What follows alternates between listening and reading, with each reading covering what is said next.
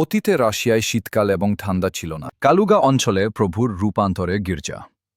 গির্জাটি তাপমাত্রা সহনশীল একটি আবহাওয়ার জন্য নির্মিত হয়েছে, যেখানে তুষারপাত হয় না। এই গির্জার নির্মাণের সময় তাপীকরণ স্থাপন করা হয়নি। এখানে কোনো চুলা নেই, কোনো হিটার নেই, কোনো চিমনি নেই। এখানে কোথাও নেই এবং তাদের কোনো চিহ্নও নেই। কিন্তু রাশিয়ায় তাপ দেওয়া ছাড়া খুব ঠান্ডা। জনসাধারণের স্থানগুলো গরম করতে হবে। অতএব চুলাটি পরে তৈরি করা হয়েছিল। এটি ঠিক এখানে প্রবেশদ্বারের কাছে রাখা হয়েছিল, একটি বায়ুতাপীয় পর্দা তৈরি করার জন্য। তারা চুলার ইনস্টলেশনের জন্য দেওয়ালে খাঁজ কাটল। এটি স্পষ্ট যে ইটগুলো মসৃণ করা হয়েছে।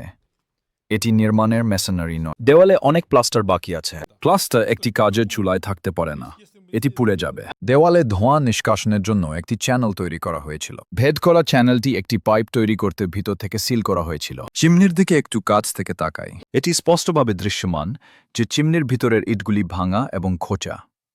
কেউ খুব রুক্ষভাবে দেয়াল থেকে ইটগুলি বের করে চিমনি তৈরি করেছে। গির্জার দেওয়ের ইটগুলোর মধ্যে মিশ্রণ সাদা। এখানে এটি উজ্জ্বল।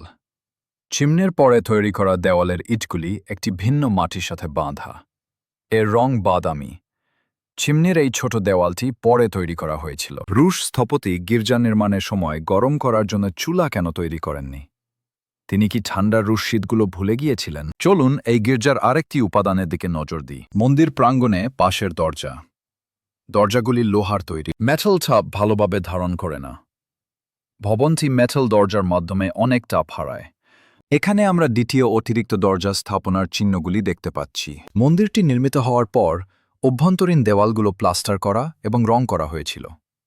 কিন্তু তারপর দরজার ফ্রেমের কোণ সমান করার জন্য প্লাস্টার এবং রঙের উপর একটি নির্মাণ মিশ্রণ প্রয়োগ করা হয়েছিল এবং তারপর এটি ধূসর রঙে রং করা হয়েছিল। আসুন এটি অন্য দিক থেকে দেখি। এখানে একই অবস্থা। একটি প্লাস্টারের স্তর, একটি রঙের স্তর এবং তার উপরে কোণটি সমান করার জন্য একটি নির্মাণ মোটর প্রয়োগ করা হয় একটি অতিরিক্ত দরজার ফ্রেম স্থাপন করতে, এবং তারপর এর উপরে ধূসর রঙে পেইন্ট করা হয়। ভবনে মোটরের রং দেখুন। গির্জার দেওয়ে ইটগুলোর মধ্যে সাদা মোটা, হলুদ বাদামি রঙের মোটা দিয়ে অতিরিক্ত দরজা স্থাপন করা হয়েছে। এটি সেই সমাধানের রঙের সাথে সাদৃশ্যপূর্ণ যা পরে ছিদ্র করা চ্যানেলটি সিল করার জন্য ব্যবহৃত হয়। সম্ভবত ফ্লু এবং অতিরিক্ত দরজা একই সময়ে তৈরি হয়েছিল। মন্দিরটি প্লাস্টার করা এবং ভিতরে রং করা হয়েছিল, অর্থাৎ সম্পূর্ণরূপে ব্যবহারের জন্য প্রস্তুত। গির্জার ভবনের বাইরের অংশ রাশিয়ান তুষারপাতের বিরুদ্ধে ভিত্তি সুরক্ষা থেকে বঞ্চিত। মাটির থেকে আর্দ্রতা ইটের ভিতরের ক্যাপিলারি মাধ্যমে উঠে আসে। ঠান্ডায় পানি জমে যায় এবং ইটগুলো ভেঙে যায়। কোণগুলোতে বড় বড় টুকরো পড়ে গেছে। এটি রাশিয়ান তুষারপাতের কারণে হয়েছে। ভবনে পুরো নিচের অংশ ধসে পড়ছে।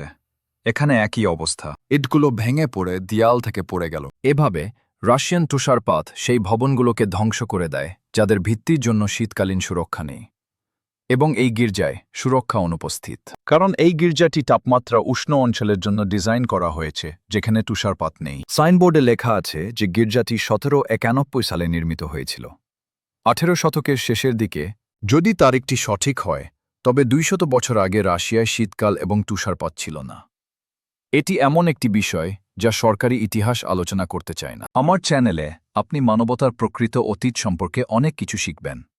ঐতিহাসিকরা আমাদের কাছ থেকে সত্য গোপন রেখেছিল। আমাকে নিজেই এটি বের করতে হয়েছিল।